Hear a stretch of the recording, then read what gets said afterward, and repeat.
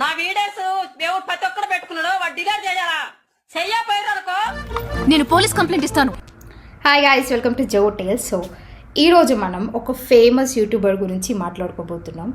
So thumbnail చూశారు, famous YouTuber అంటున్నారు. So మీరు ఈ పాటికే గెస్ చేసేసి ఉంటారు తను ఎవరు ఏంటి అని. సో ఇంకా క్లియర్గా చెప్పాలంటే సిఓఎస్ స్కామ్ చేసిన వాళ్ళు అని అంటే మీకు ఈ పాటికే అర్థమైపోయి ఉంటుంది నేను ఎవరి గురించి మాట్లాడుతున్నాను. I don't want to reveal her name. తన పేరు చెప్పాలని నేను అనుకోవట్లేదు. ఇన్స్టెడ్ మనం తనకు పేరు పెట్టుకుందాం. తను ఎందులో ఫేమస్, ఎందులోను అంటే తన శారీస్ బాగా కొడుతుంది. లైక్ ప్రతి శారీ మీరు చూసుకుంటే చాలా రిచ్గా కాస్ట్లీగా ఉంటుంది. Synthetic crepe silk, Kuppadam, Banaras, fancy, chiffon, georgette, organza, Pochampally, Gadwal, Venkatagiri, Mangalagiri, Dharmavaram, Polavaram, Madhavaram, Kerala. ఏ మాటకు ఆ మాట చెప్పాలి. తనకు ఒక మంచి డ్రెస్సింగ్ సెన్స్ ఉంది. సో దాన్ని మనం యూటిలైజ్ చేసుకొని తను శారీస్ మంచిగా కడుతుంది కాబట్టి మనం తనకి శారీస్ ఆంటీ అని పేరు పెట్టుకుందాం. ఎవరురా నువ్వు ఇంత టాలెంటెడ్ ఉన్నావు? సో ఓకే, స్కామ్ ఏంటి అని అంటే సిఓఎస్ స్కామ్. సిఓఎస్ అంటే సర్టిఫికేట్ ఆఫ్ స్పాన్సర్షిప్ అనే ఒక 11 డిజిట్ నెంబర్ అనుకోండి. లైక్ ఎంప్లాయర్ మనకి ఇచ్చేది. ఒక ఫేమస్ యూట్యూబర్ హస్బెండ్ చేసినటువంటి వీసా స్కామ్స్ లో నేను కూడా ఒక బాధితురాలని. 2025లో ఒక వాట్సాప్ గ్రూప్ లో మల్టిపుల్ జాబ్ ఆపర్చునిటీస్ ఉన్నాయి, వీసా స్పాన్సర్షిప్ జాబ్స్ ఉన్నాయి అని చేసినటువంటి అడ్వర్టైజ్మెంట్ చూసి నేను ఆయన్ని అప్రోచ్ అయ్యాను. అప్పుడు నాకు ఆయన కొన్ని జాబ్స్ గురించి, వీసా స్పాన్సర్షిప్ జాబ్స్ గురించి నాకు ఎక్స్ప్లెయిన్ చేసి అందుకు కాను నాకు కాస్ట్కి, అప్లికేషన్కి ఛార్జెస్ అవుతాయని మనీ అడిగారు. మనీ కూడా పే చేశాను. కాస్ట్లో నాకు ఇచ్చిన డీటెయిల్స్ అండ్ వాళ్ళు ఎక్స్ప్లెయిన్ చేసిన డీటెయిల్స్ అనేవి చాలా డిఫరెంట్గా ఉన్నప్పుడు నేను క్వశ్చన్ చేస్తే ఇది ఇలా ఉంటేనే నీకు వీసా వస్తుంది, ఇలా అయితేనే నీకు త్వరగా వీసా వచ్చి నువ్వు వేరే జాబ్కి స్విచ్ అవ్వడానికి కూడా పాసిబిలిటీ ఉంటుంది అని చెప్పేసి నన్ను అప్పుడు కన్విన్స్ చేశారు. వీసా వచ్చిన తర్వాత నన్ను ఒక 10 months కూడా ఒక క్లియర్ ఇన్ఫర్మేషన్ అనేది లేకుండా ఎప్పటికప్పుడు ఫాల్స్ ఇన్ఫర్మేషన్, ఫేక్ అప్డేట్స్ ఇస్తూ నన్ను 10 months కూడా వర్క్ అనేది లేకుండా వెయిట్ చేయించారు. నాకు employer details and location details పంపించమని మల్టిపుల్ టైమ్స్ ఆయన అడిగినప్పుడు ఆయన నేను అవుట్ ఆఫ్ ది కంట్రీ ఉన్నాను, లేదా నేను వేరే వర్క్లో ఉన్నాను, నీకు తర్వాత చేస్తాను అని చెప్పేవాళ్ళే కానీ నాకు అసలు ఎంప్లాయర్ డీటెయిల్స్ కానీ కాంటాక్ట్ నెంబర్ కానీ ఇవ్వలేదు. నేను కాస్ట్లో ఉన్న అడ్రస్కి వెళ్ళి అక్కడ నేను ఇట్లా నా జాబు ఇట్లా వచ్చింది అని చెప్పి అడిగినప్పుడు వాళ్ళు అసలు మేము ఎవరికి జాబ్ ఇవ్వలేదు, అసలు మా దగ్గర వీసా స్పాన్సర్షిప్ లేదు అని చెప్పేసి వాళ్ళు చెప్పారు. ఇలా నేను అతనికి కాల్ చేసి ఇలా వీళ్ళు ఇక్కడ చెప్తున్నారు ఇట్లా లొకేషన్లో, బట్ నాకు ఇక్కడేమో కాస్ట్లీ ఈ అడ్రస్ ఇచ్చారు, బట్ వీళ్ళైతే వాళ్ళు అగ్రీ చేయట్లేదు, ఎందుకు ఇలా చేశారని అడిగినప్పుడు ఆయన నేను నీకు మళ్ళీ కాల్ చేస్తానని చెప్పేసి కాల్ కట్ చేసి ఆ తర్వాత నా నంబర్ అనేది బ్లాక్లో పెట్టి నన్ను పూర్తిగా ఇగ్నోర్ చేశారు. ఇలా నన్ను ఒక 10 months ఒక మెంటల్గా చాలా స్ట్రగుల్ అయ్యేలా చేశారు. అండ్ నాకు అంటూ ఒక క్లియర్ ఇన్ఫర్మేషన్ అనేది ఇవ్వకుండా అన్ని రకాలుగా ఇబ్బంది పెట్టారు. సో ఈ విషయం అనేది అందరికీ బయటికి తెలియాలి. వాళ్ళు చేసే ఫేక్ కాస్ట్లు, ఫేక్ సిఓఎస్లు, ఫేక్ జాబ్స్, అలానే ఫేక్ మనీ ట్రాన్సాక్షన్స్ అన్నీ చేసేవన్నీ ఈరోజు మాట్లాడాలనుకుంటున్నాను. ఇన్స్టాగ్రామ్లో గత 1 week నుంచి బాగా ట్రెండ్ అవుతూ యూకేలో చాలా ఫ్యామిలీస్ ఇబ్బంది పడుతున్నారు వీళ్ళ వల్ల. ఎలా అంటే కాస్ట్లు అంటే సర్టిఫికేట్ ఆఫ్ స్పాన్సర్షిప్ అనేది ఒక జెన్యూన్ జాబ్ ఉంటేనే ఇవ్వాలి as per the rule. But వీళ్ళు ఒక రిక్రూట్మెంట్ కంపెనీ ఒకటి ఎస్టాబ్లిష్ చేసి దాన్ని ఒక వాట్సాప్ గ్రూప్ క్రియేట్ చేసి జాబ్ అడ్వర్టైజ్మెంట్స్, యూకేలో మల్టిపుల్ జాబ్ అడ్వర్టైజ్మెంట్స్ చేసి గ్రూప్స్లో అడ్వర్టైజ్మెంట్ చేయడం వల్ల మేమందరం వాళ్ళని కాంటాక్ట్ అవ్వాం. అయినప్పుడు జాబ్ ఉంటే ఉందని చెప్పాలి, లేదంటే లేదని చెప్పాలి. Yes, within my experience, within our experiences మేము సడన్ జాబ్స్ చూస్ చేసుకున్నాము. వాళ్ళు అప్లికేషన్ ఛార్జెస్, కాస్ట్ ఛార్జెస్, అలానే వాళ్ళ రిక్రూట్మెంట్ ఛార్జెస్ అని చెప్పేసి 15,500 to 20,000 pounds అంటే 15 lakhs up to 20 lakhs వరకు ఛార్జ్ చేశారు ఫ్రమ్ ఈచ్ ఇండివిజువల్. ఇలా జాబ్ ఉందని చెప్పి మేము ఎంతో ఆశగా, ఇక్కడి నుంచే కాదు యూకేలో ఉన్న వాళ్ళే కాదు, ఇండియా నుంచి కూడా చాలా మంది ఫ్యామిలీస్తో వచ్చారు. వచ్చినప్పుడు జాబ్ లేనిది పోగా వీళ్ళు ఇన్ఫర్మేషన్ ఇచ్చింది రాంగ్, ఆ కంపెనీయే ఎస్టాబ్లిష్ లేదు ఫస్ట్ థింగ్. సమ్ కేసెస్లో ఆ ఎంప్లాయర్కి అసలు ఇన్ఫర్మేషనే లేదనమాట.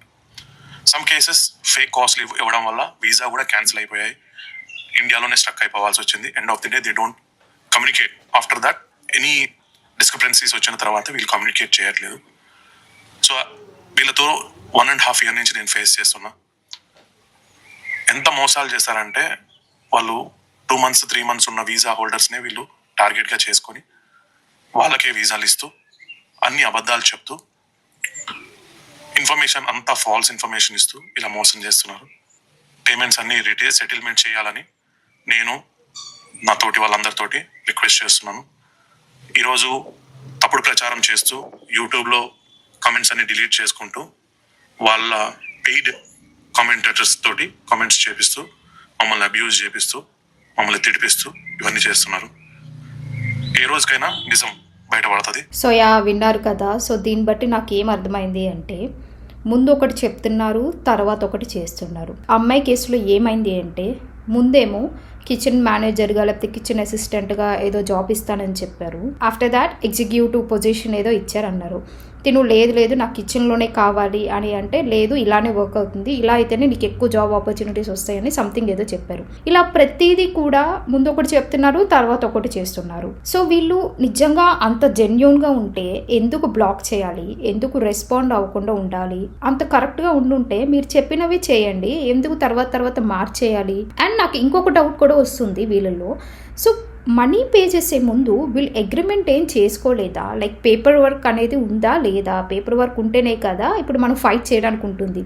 సో ఆ పేపర్ వర్క్ అనేది ఒక బాండ్ లాగా పెట్టుకోలేదా అన్నది నాకు ఒక డౌట్. బికాస్ యూఎస్ఏలో కన్సల్టెన్సీస్ ఎలా ఉంటాయంటే కొన్ని కన్సల్టెన్సీస్ మెయిన్గా బాండ్ అనేది రాసుకుంటారు. అలా వర్క్ అవుతుందా లేదా అన్నది నాకు ఐడియా లేదు వాళ్ళ కేసెస్లో. నిజంగా వాళ్ళు అన్నట్టే 2-3 months లో వీసా అయిపోతున్న వాళ్ళనే టార్గెట్స్గా పెట్టుకుంటారు. ఎందుకు అంటే వాళ్ళ వీసా తొందరగా అయిపోతుంది, వాళ్ళు ఏ ఇష్యూ చేయకుండా ఇండియా వెళ్ళిపోతారు, ఇంకా వీళ్ళు కూడా హ్యాపీగా ఉండొచ్చు అన్న ఒక రీజన్ అయి ఉండొచ్చు. పెయిడ్ క్యాంపెయిన్ అని అంటున్నారు కదా, అది డెఫినెట్గా నిజమే అనిపిస్తుంది. ఎందుకంటే తన ఛానల్లో ప్రతి ఒక్కటి పాజిటివ్ కమెంటే. ఐ థింక్ తను నెగిటివ్ కమెంట్స్ అన్నిటిని డిలీట్ చేస్తున్నట్టుంది. అందుకే ప్రతి ఒక్కటి పాజిటివ్ కమెంట్ ఉంటుంది అండ్ ప్రతి ఒక్క దానికి తిను లైక్ చేస్తూ ఉంటుంది. మీరంత జెన్యూన్గా ఇంత కరెక్ట్గా ఉన్నప్పుడు కమెంట్స్ డిలీట్ చేయాల్సినంత అవసరం ఏంటి? వాళ్ళ బాధ ఏదో వాళ్ళు అట్లీస్ట్ ఆ కమెంట్స్ రూపంలో అన్నా చెప్పుకుంటారు కదా, మీరు అది కూడా డిలీట్ చేసేస్తున్నారు. బేసిక్గా ఏం జరిగింది అంటే ఒకళ్ళు ఇద్దరు తన ఇంటి దాకా కూడా వెళ్ళారంట. ఇంటి దాకా కూడా వెళ్తే తిను మీరు ఈ కేసెస్ అన్నీ ఇక్కడ డీల్ చేసుకోవద్దు, ఇది ఇల్లు అని చెప్పేసి వాళ్ళు డోర్ వేసి పంపించేస్తుందంట.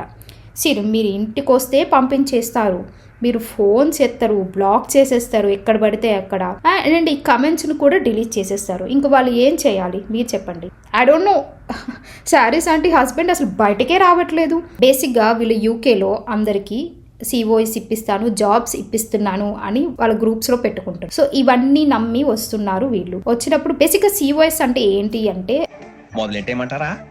తగలబెట్టండి సార్ నిరంజన్ గారు. లెట్స్ ఇలా అనుకోండి, ఒక 11 digit యూనిక్ నెంబర్ అనుకోండి ఎంప్లాయర్ మనకి ఇచ్చేది. ఎంప్లాయర్ అంటే లైక్ TCS కానీ లేదా హోటల్లో కానీ లేకపోతే రెస్టారెంట్లో కానీ ఇలా ఎవరైనా సరే ఓనర్స్ ఉంటారు కదా, వాళ్ళు నువ్వు నా కింద పని చేస్తున్నావు, నీదంతా జెన్యూన్గా ఉంది అని చెప్పి ఒక 11 digit యూనిక్ నెంబర్ అంటే COS సర్టిఫికేట్ ఆఫ్ స్పాన్సర్షిప్ అనేది ఒకటి జనరేట్ చేసి ఇస్తారు. దాన్ని తీసుకొని మనం ఓవరాల్ గవర్నమెంట్కి ఒక వెబ్సైట్ ఉంటుంది కదా, సో ఆ వెబ్సైట్కి మనం చెప్పాలి కదా గవర్నమెంట్కి నేను వీళ్ళ కింద పనిచేస్తున్నాను, నేను లీగల్గా ఉంటున్నాను, నాకు పే చెక్స్ కూడా వస్తాయి అన్నట్లు మనం చెప్పాలి కదా. సో దట్ గవర్నమెంట్కి ఒక అప్లికేషన్లో మనం ఈ COS నెంబర్ అనేది పెడతాము. పెట్టినప్పుడు ఏమవుతుందంటే వాళ్ళు అన్నీ రీచెక్ చేసుకొని ఓకే వీళ్ళంతా ప్రాపర్గా ఉంది అని చెప్పేసి వీసా ఇష్యూ చేస్తారు. And then if at all pay checks గనక ఈ కిచెన్ ఓనర్ దగ్గర నుంచి గనక మనకి రాకపోతే అండ్ ఈ గవర్నమెంట్కి తెలిసిపోతుంది, ఓ వీళ్ళకి పే చెక్స్ రావట్లేదు అంటే వీళ్ళు పని చేయట్లేదు, వీళ్ళు ఇల్లీగల్గా ఈ కంట్రీలో ఉంటున్నారు అని చెప్పేసి వెంటనే వీసాని క్యాన్సిల్ చేసేసేనట్టు ఒక మెసేజెస్ పెడతారు మన మెయిల్కి. అండ్ వితిన్ 60 daysలో వాళ్ళు మెయిన్ పెట్టిన వితిన్ 60 daysలో మనకి ఇంకొక జాబ్ రాకపోయినా ఇంకేమన్నా అయినా we have to go back to India. So ఇది మెయిన్ పిక్చర్. COS మనకి ఓనర్ నుంచి వస్తుంది, మన ఓనర్ నుంచి వచ్చిన ఆ యూనిక్ నెంబర్ తీసిపోయి గవర్నమెంట్కి ఇస్తాము. గవర్నమెంట్ నువ్వు అంతా కరెక్టే ఉన్నావు అని చెప్పేసి వీసా గ్రాంట్ చేస్తుంది. అండ్ పే చెక్స్ ఈ ఓనర్ మనకి ప్రతి నెల జీతం వస్తున్నట్టు ఒక చెక్లో చూపిస్తారు కదా, ఒక పే స్లిప్ అనేది.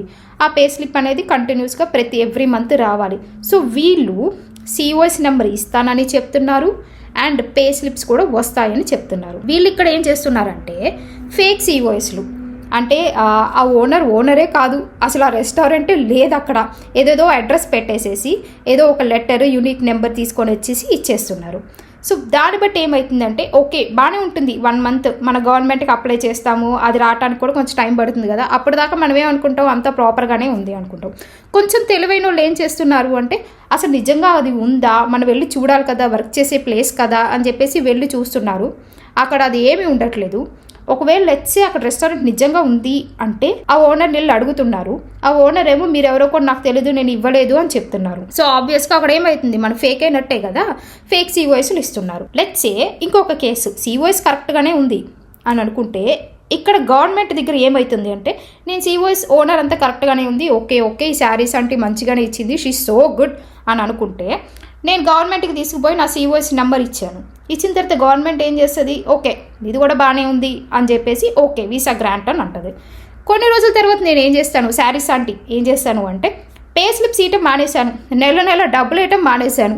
పే స్లిప్స్ ఇవ్వకపోతే ఏం చేస్తుంది, ఇమ్మీడియట్గా గవర్నమెంట్కి తెలిసిపోతుంది. ఎప్పుడైతే గవర్నమెంట్ నీకు పే స్లిప్పే రావట్లేదు అని అందంటే వెంటనే వీసా రివోక్ చేసేస్తుంది. సో నేను వచ్చేసి బాధ్యతరాలని కదా, నేను వచ్చేసి శారీస్ ఆంటీ ఏం చేసినావు నువ్వు, పే స్లిప్స్ ఇవ్వట్లేదు నాకు, వీళ్ళు రిజెక్ట్ చేసేసారు, ఏంటిది అంటే బ్లాక్ చేసేయడాలు, రిప్లై ఇవ్వకపోవడాలు అన్నీ చేసేసింది. ఇంకా నా దగ్గర ఎంత టైం ఉంది, 30 రోజులు ఉంది, 60 రోజులు ఉంది, ఆ లోపల ఇంకేం వస్తుంది, ఇంకా నేను బ్యాగ్ మొత్తం సర్దుకొని ఇండియా వచ్చేసినాను.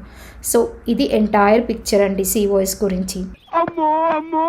చాలా విచిత్రంగా ఉంది. ఇదిగో ఇలాగా 9,000 pounds, 10,000 pounds, 15,000 pounds, లైక్ COSకి ముందు ఒక 10,000 pounds ఇవ్వాలి, COS తర్వాత ఇంకా రిమైనింగ్ 10,000 pounds. సో ఓవరాల్గా ఈచ్ పర్సన్ నుంచి ఒక 20,000 pounds దాకా తీసుకుంటున్నారు వీళ్ళు. అండ్ ఇంకో విషయం, ఆ మనీ ఎలా తీసుకుంటున్నారు అంటే లెట్స్ సే 10,000 pounds ఉన్నాయి అనుకోండి, ఆ 10,000 pounds ఈ శారీస్ ఆంటీ వాళ్ళ హస్బెండ్ అకౌంట్లోకి వేయించేసుకోరు. దే ఆర్ సో షార్ప్, ఇలాంటి అన్ని జరుగుతాయని ముందే పసిగట్టారో ఏమో, డిఫరెంట్ అకౌంట్స్ నెంబర్స్ ఇస్తారనమాట. లైక్ శారీస్ ఆంటీ అకౌంట్కి కొంచెం, తన అకౌంట్కి కొంచెం, అండ్ మీడియేటర్స్ ఉంటారనమాట మధ్యలో, వాళ్ళ అకౌంట్స్కి కొంచెంగా ఇస్తూ ఉంటారనమాట.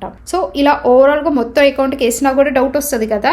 సో అది కూడా ఎలా వేయించుకుంటున్నారు, లేదు నేను నీకు లోన్ ఇచ్చినాను, నువ్వు నాకు రీపే చేస్తున్నావు అన్న మెసేజ్ పెట్టు అని చెప్పి వేయించుకుంటున్నారు. బేసిక్గా బ్యాంక్స్ ఎట్లా వర్క్ అవుతాయి అంటే అండి, యూకేలో నాకు ఐడియా లేదు, బట్ యూఎస్ఏలో ఎట్లా అంటే ఎక్కువ అమౌంట్ కనుక మీకు ఎవరైనా వేసినా లేదంటే మీరు విత్డ్రా చేసినా, ఎందుకు ఇంత అమౌంట్ వేస్తున్నారు, ఎవరు వీళ్ళు, నీ ఇంకో ఎంప్లాయరా అనే క్వశ్చన్స్ బాగా అడుగుతారు. లెట్స్ సే సస్పీషియస్గా ఉంది అంటే ఇమ్మీడియట్గా గవర్నమెంట్కి రిపోర్ట్ చేసేస్తారు వీళ్ళు. అందుకని చెప్పి వీళ్ళు లోన్ రీపే చేస్తున్నాను, లేకపోతే గ్రాసరీస్ బిల్, లేకపోతే నాకు పేమెంట్ ఇవ్వాలి, ఇలాంటివి అంటే చెప్తే ఏంటి అంటే మనం బేసిక్గా చెప్తాం కదా, వాళ్ళు నాకు డబ్బులు ఇవ్వాలి, నేను తనకి ఇచ్చాను అందుకే వేస్తున్నారని. సో అప్పుడు కొంచెం రిస్క్ అనేది తగ్గుతుంది. సో వీళ్ళు ఈ ట్రిక్ని కూడా ఫాలో అయ్యి అలా వేయించుకుంటున్నారు. ఇలాంటి చాలా ఉన్నాయి, ఇంకా దాచాం కుప్పలుగా ఉన్నాయి. సో ఇవన్నీ ఎలా చేస్తున్నారు అక్క, వాళ్ళు కూడా మనలాగే వెళ్ళారు కదా, వాళ్ళు మట్టుకే ఎలా ఇలా చేస్తున్నారు అంటే వాళ్ళకి ఆల్మోస్ట్ 8 to 9 కంపెనీలు రిజిస్టర్ చేసుకున్నారు యూకేలో. అందులో 4 కంపెనీస్ ఇలా COSలు ఇప్పించే కంపెనీసే, అండ్ 2 డిజాల్వ్ అయిపోయాయి అని అంటున్నారు. నేను చెక్ చేయలేదు, బట్ మీరు శారీస్ ఆంటీ హస్బెండ్ నేమ్ని మీరు కనుక గూగుల్లో కొట్టేస్తే వెంటనే వచ్చేస్తే మీకు లిస్ట్ ఆఫ్ కంపెనీస్, మీరు ఒక్కొక్కటి ఓపెన్ చేసుకొని చూసుకుంటే మీకు తెలుస్తుంది. మా శారీస్ అంటే ఎక్స్ప్లెనేషన్ కానీ చెప్పే విధానం కానీ డిఫరెంట్గా యూనిక్గా ఉంటుంది, అందుకే కదా అందరికీ నచ్చుతుంది. సో ఎలా చెప్తుంది అంటే యాపిల్స్ అంటది, పుచ్చిపోయిన యాపిల్స్ అంటది. పుచ్చిపోయిన యాపిల్స్ ఎవరు అనుకుంటున్నారు, పుచ్చిపోయిన COSలు, పుచ్చిపోయిన విక్టమ్సే. మనకు అప్పుడు ఎలగలేదనమాట, అక్క ఏదో కామెడీ రీల్ చేస్తుంది అనుకుంటున్నాం మనం. ఇప్పుడు అర్థమవుతుంది పుచ్చిపోయిన యాపిల్స్ అంటే ఇదిగో ఇదే వాళ్ళు పెట్టిన బిజినెస్లోనే కొన్ని పుచ్చిపోతే మేమేం చేయాలి, కొన్ని COSలు కొన్ని ఇలా అయితే దానికి మేము ఎట్లా బాధ్యులం అన్నట్లు మాట్లాడుతుంది. మీరే బాధ్యులు, ఎందుకంటే మీరు మనీ తీసుకున్నారు. యాపిల్స్ పుచ్చిపోయాయి అంటే నేను పోయి మళ్ళీ షాప్ దగ్గరికి వెళ్ళి అన్న ఈ యాపిల్స్ పుచ్చిపోయాయి ఎక్స్చేంజ్ అయ్యి, లేదంటే యాపిల్స్ నువ్వే తీసేసుకుని నా మనీ ఇచ్చేసాయి, నాదేమన్నా చిన్న అమౌంటా అని నేను వెళ్ళి మాట్లాడతాను. మంచి అన్న అయితే ఇస్తాడు, చెడ్డ అన్న అయితే ఇదిగో మీలాగే లేదు నేను ఎందుకు ఇస్తాను, నీ యాపిల్స్ నీవి, నా డబ్బులు నావి అని అంటారు. ఇప్పుడు మీరు చేస్తుంది కూడా అదే. మనీ మ్యాటర్ ఇన్వాల్వ్ అయ్యింది అంటే we have to be really careful. ఎందుకంటే ఏదో ఒక రోజు ఇలాంటి ఇష్యూస్ వస్తాయి. మీరు సీదా పోయి ఓకే నా నుంచి మిస్టేక్ అయింది, నేను సిఓఎస్ సరిగ్గా ఇవ్వలేదు, లేదు నా వల్ల నీ వీసా పోయింది, నీ లైఫ్ ఎక్కడితో ఆగిపోకూడదు, నీ మనీ నువ్వు తీసేసుకో అని అంటే బాగుంటుంది. అదొక ఆప్షన్. లేదు నాకు కూడా తెలీదు ఇలా అవుతుందని, వాళ్ళు అలా ఫేక్ అని నాకు కూడా తెలీదు, నాదే తప్పు ఉంది, సో నేను వీళ్ళ కోసం ఇంత స్పెండ్ చేశాను, సో ఇది రిమైనింగ్ అమౌంట్ లైక్ 5,000 pounds నీవి, 5,000 pounds నేను వీళ్ళ కోసం వాళ్ళ కోసం స్పెండ్ చేశారు, సో ఇది తీసుకో అంటే అది కూడా బాగానే ఉంటుంది. 2 ఆప్షన్స్ ఉన్నాయి. ఏదర్ ఫుల్ అమౌంట్ ఇవ్వు, లేదా హాఫ్ అమౌంట్ ఇవ్వు, లేదా అట్లీస్ట్ వాళ్ళకి రిప్లై ఇవ్వు. సో నేను చెప్పాను కదా ఇంటికి ఎవరో వస్తే డోర్ క్లోజ్ చేసేసి పంపించేసింది అని చెప్పి. సో అలా ఐ థింక్ ఆ పర్సనే ఒక కమెంట్ ఏదో పెట్టారు, మనం అది చదువుదాము, మీకు ఇక్కడ చూపిస్తాను. అండ్ ఇలా నేను వీసా కోసం డబ్బులు ఇచ్చిన వాళ్ళు ఎవరో కాదు, మన శారీస్ ఆంటీ వాళ్ళే. ఇలా మా బావ మేము వీసా వేసుకోవట్లేదు కదా, మా డబ్బులు మాకు ఇవ్వండి అంటే ఇవ్వలేదు అనేసి వాళ్ళ అడ్రస్ దొరికితే వాళ్ళ ఇంటికి వెళ్ళాడు. అప్పుడు ఈ లేడీ మధు గారి వైఫ్ డోర్ ఓపెన్ చేసింది. ఓపెన్ చేసి మీరు ఇలా ఇంటికి రావద్దు, ఏమున్నా ఆఫీస్లోనే డీల్ చేసుకోండి అని పంపించేసింది. డబ్బులు రిటర్న్ ఇవ్వమేసి అంటే ఇవ్వట్లేరు.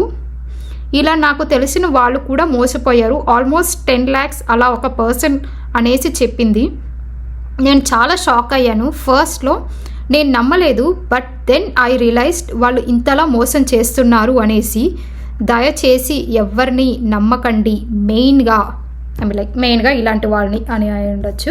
సో మీరందరూ అనుకోవచ్చు, అండ్ ఈవెన్ మీ అనుకోవచ్చు, లైక్ ఎందుకక్క ఇలా చేస్తున్నారు, లీగల్గా వెళ్ళి ఫైట్ చేయొచ్చు కదా, ఇలా సోషల్ మీడియాలో పెట్టడం, ఆ ఛానల్స్కి చెప్పడం, ఈ ఛానల్ ఎందుకక్క ఇవన్నీ అంటే, లీగల్గా ఫైట్ చేయాలి అంటే ఫస్ట్ థింగ్ యూకేలో కాదు ఎక్కడైనా సరే అవుట్ ఆఫ్ ఇండియా లాయర్స్కి చాలా డిమాండ్ ఉంటుంది. ఈవెన్ 15 minutes మన బాధను చెప్పుకున్నా సరే we have to pay either 100 pounds or 200 pounds. వాళ్ళు ఎంత ఎక్స్పీరియన్స్ ఉంటే అంత రేట్ పెరుగుతుంది. మనం 100-200 పెట్టి మన 15 minutes మనం ఏంటో చెప్పుకోవాలంటేనే అది too much. And if at all మన లాయర్ని హైర్ చేసుకున్నా సరే ప్రతి ట్రయల్కి they charge some 1,000 pounds or $1,000. అంత మనం పెట్టుకొని వీళ్ళ మీద ఫైట్ చేయాలి అంటే we should have lot of money. అంత మనీ ఉంటే వీళ్ళ దగ్గర కూడా రారు బేసిక్గా. సో ఎవరు తప్పు చేశారు, ఎవరు తప్పు చేయలేదు అన్నది నిజంగా ఎవరికి తెలియదండి. బికాస్ విక్టిమ్స్ వచ్చారు, వాళ్ళ సైడ్ ఆఫ్ స్టోరీ వాళ్ళు చెప్పారు, వాళ్ళు ప్రూఫ్స్ చూపిస్తున్నారు. అండ్ మీరు కూడా మీ సైడ్ ఆఫ్ స్టోరీ మీరు చెప్తే మీ ఇద్దరిలో నిజంగా ఎవరిది కరెక్ట్గా ఉంది అంటే లెట్ పీపుల్ డిసైడ్. అండ్ నిజంగా వాళ్ళకి అన్యాయం జరిగింది అంటే వాళ్ళకి ఏదో విధంగా న్యాయం జరిగితే బాగుంటుంది. బికాస్ ఇక్కడ నుంచి యూకే వస్తున్నారు అంటే వాళ్ళు ఎంతో హోప్స్ పెట్టుకొని వస్తున్నారు. మనం బేసిక్గా ఒకరిని మనం ఇబ్బంది పెడితే అది తిరిగి మనకే తగులుతుంది అని అంటారు కదా. సో అవన్నీ మనకెందుకు. సో ఎవరు రైట్ ఎవరు wrong both sides of the story తెలిస్తే బాగుంటుంది. ఇప్పటిదాకా మనం ఓన్లీ విక్టిమ్స్ సైడ్ ఆఫ్ స్టోరీయే మనం చూసాము. అండ్ డెఫినెట్గా ట్రస్ట్ చేసేలానే ఉంది, ఎందుకంటే వాళ్ళు ఒకళ్ళు ఇద్దరు చెప్తే బాగుంటుంది. లైక్ ఈజీగా 10-15 people వచ్చేసి ఇట్లా చేశారు అంటే డెఫినెట్గా ఎంతో కొంత మనం కూడా చూడాల్సిందే. So saris aunty and me husband, ముఖ్యంగా మీరు హస్బెండ్ గారు, మీరే ఇదంతా డీల్ చేసుకున్నారు, మీరే మాట్లాడుకున్నారు వాళ్ళతో, విక్టిమ్స్తో, మీరే మొత్తం మనీ గురించి కానీ నెగోసియేషన్స్ కానీ ఇలా ఇప్పిస్తాను అలా ఆప్షన్స్ ఇవ్వటం కానీ మొత్తం ఫ్రంట్ ఉంది నడిపించింది మీరు. మీ వైఫ్ కేవలం యూట్యూబ్లో ఫేమస్ అయింది కాబట్టి ఆమె పేరు అలా అంత బయటకు వస్తుంది. బేసిక్గా మీకంటే ఆమెదే బ్యాడ్ నేమ్ వచ్చిందేమో అని నాకు అనిపిస్తుంది. అండ్ మీరు కూడా మీ సైడ్ ఆఫ్ స్టోరీ చెప్పండి. ఇవి కొన్ని కమెంట్స్ వచ్చాయి, వేరే ఛానల్స్ నుంచి తీసుకున్నాను. కట్టిన శారీ కట్టదు, పెట్టిన గోల్డ్ మళ్ళీ పెట్టదు, ఫుల్ బిజినెస్ క్లాస్ ట్రిప్స్, ఎక్కడి నుంచి వస్తుంది అసలు మనీ వీళ్ళకి? ఎంత యూకేలో హస్బెండ్ ఒక్కటే పని చేసినా ఇంత లగ్జరీ ఇలాంటి స్కామ్స్ చేస్తే తప్ప. ఇది నాకు కూడా అనిపించింది. ఫస్ట్లీ వాళ్ళ హస్బెండ్ నిజంగా వర్క్ చేస్తున్నారా? వాళ్ళకి ఏదో 7 కంపెనీలు ఉన్నాయి కదా, నాకు తెలిసి అవే చూసుకుంటున్నట్టున్నారు. బేసిక్గా శారీస్ అంటే యూట్యూబ్ ఛానల్ నుంచే మెయిన్ మనీ వస్తుందని నేను అనుకుంటున్నాను. And also true still reverse mock చేస్తుంది విక్టిమ్స్ గురించి 1 hour బ్యాక్ యూట్యూబ్లో. ఈ మాత్రం సిగ్గు లేదు, వదిలేశారు అన్ని వాళ్ళు. నేను అదే చెప్పాను కదా, యాపిల్ పండు పుచ్చిపోయింది, మన మీద పడే వాళ్ళని ఏమంటారు, ఇలాంటివి వెటకారంగా మాక్ చేస్తూ మీరే పెంచుకుంటున్నారు. దీనివల్ల ఏం తగ్గదు. మీరు జెన్యున్గా ఆన్సర్ ఇవ్వాలి, కానీ ఇలాగా చేయటం వల్ల వాళ్ళకి ఇంకా మండుతుంది, వాళ్ళకింటి చూసే అందరికీ మండుతుంది ఇలా చేస్తున్నారని. మిమ్మల్ని మీరు అనవసరంగా దిగజార్చుకుంటున్నారు. మిమ్మల్ని చూస్తే చాలా తెలివైన కన్నింగ్ లేడీ లాగానే కనిపిస్తారు. మీరు అమాయకులు అన్నట్లు అస్సలు కనిపించరు. మేబీ మీ హస్బెండ్ని మీరు అలా పోర్ట్రే చేయటం వల్ల ఆయన అమాయకుల్లాగా కనిపిస్తున్నాడు అనుకుంటా. బట్ మాకు అర్థమైంది ఆయన అసలే అమాయకుడు కాదు అని, ఇద్దరే అని ఇంత క్లియర్గా అర్థమైంది. కరెక్ట్గా జెన్యూన్గా ఉన్న పర్సన్స్ ఇలా ఉండరండి. బేసిక్గా మీరు చూసుకుంటే ఎంత అబ్రాడ్లో ఉన్నా, ఎంత సంపాదించినా ఇంత లగ్జరీ లైఫ్ అయితే నేను ఎక్కడ చూడలేదు, ఒక్క మన సారీస్ ఆంటీ తప్ప. అండ్ ఇంకోటి, so true, they got addicted to money through illegal means. Yes, so only so much arrogance, అది ఆ మాటల్లోనే తెలిసిపోతుంది. Now making fun of victims, pity for those subscribers who are also only fooled with their fake content. Subscribers ఏమనాలో నాకు తెలియదండి. Because వాళ్ళు YouTube open చేస్తారు, video వస్తుంది, చూస్తారు, కాసేపు నవ్వుకుంటారు, కొందరు క్లోజ్ చేసి వెళ్ళిపోతారు. కొందరు ఆ టైప్ ఆఫ్ కేటగిరీలో ఉంటారు. వాళ్ళకి ఏం జరుగుతుందో కూడా తెలీదు, ఏదో కాసేపు ఓపెన్ చేస్తారు, చూస్తారు, వెళ్ళిపోతారు. And the other type is కొంచెం యాక్టివ్గా ఉండే వాళ్ళకి తెలుస్తుంది.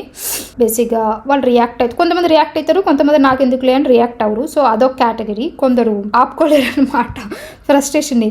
వాళ్ళు ఇలా చేశారా అని వాళ్ళు కోపం వచ్చేస్తూ ఉంటుంది. కోపం వచ్చిన వాళ్ళు వెంటనే అన్సబ్స్క్రైబ్ చేయడం, వాళ్ళు ఇలా చూశారు, విన్నాము అన్నది చెప్పడమో చేస్తారు. సో 3 టైప్ ఆఫ్ కేటగిరీస్ ఉంటారు కదా యూట్యూబ్లో. సో ఈమెకున్న 3 మిలియన్ ఫస్ట్ కేటగిరీయే ఏమీ తెలియకుండా ఉన్నారా అంటే అది కొంచెం నమ్మటానికి కష్టంగానే ఉంది. సో మీరు 3 మిలియన్ సబ్స్క్రైబర్స్ గాయస్. ఇది ఇంకొకళ్ళ కమెంట్, 20 lakhs ఇచ్చి పోయే బదులు ఇక్కడే ఏదైనా మంచి బిజినెస్ పెట్టుకోవచ్చు కదా, ఎందుకు ఇలా ఇల్లీగల్గా వెళ్ళాలి అనుకుంటున్నారు? అక్కడికి వెళ్తే సెటిల్ అవుతాం అనుకుంటేనే వెళ్ళాలి, అంతేకాని సగం నాలెడ్జ్తో వెళ్ళకూడదు. వాళ్ళైనా అలా డబ్బులు తీసుకొని మోసం చేయకూడదు. Correct opinion bro. చక్కగా 20 lakhsతో ఒక బిజినెస్ పెట్టుకోవచ్చు ఇండియాలోనే. ఇప్పుడు 20 lakhs ఉంటే మంచి బిజినెసే పెట్టుకోవచ్చు.